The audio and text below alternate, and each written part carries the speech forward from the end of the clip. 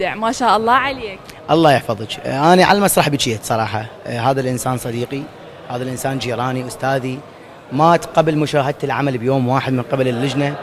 مشاهدة اللجنة يعني احنا عرضنا الدنيا هسه ببلاش، فلوس ماكو، لأن ما دخل من ضمن الموسم، لكن يبقى وفاء إلى المسرح تربية، المسرح تعليم، المسرح أخلاق وصداقة وأخوة، بعدين يجي الفن. هذني كلهم بالبداية يحطون قدامك على باب المسرح، يلا الطب. فالحمد لله والشكر من قدينا شوية، قدرنا نعوض له شيء بسيط إن شاء الله. وكان التصميم تصميم كلوحات راقصة وكهاي الأمور إن شاء الله كبداية حلوة، وإن شاء الله نعودكم بالقادم. مهرجان بغداد الدولي الماكينة راح يكون لها شغل قوي، وراح أرجع ذاك باللقاء وحذكرك ان شاء الله، اكيد ان شاء الله. تعبناك ويانا، نورتنا، شكرا لك. شكرا جزيلا لك، وشكرا جزيلا لمهرجاني الأم بسيد عماد.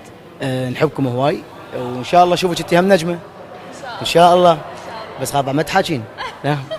إن شاء الله على المهرجان راح نتلاقى أنا وياك، وراح تشوفين الماكينة شو راح تصير، ماكينة هاملت. لا خلاص احنا صرنا اصدقاء بعد.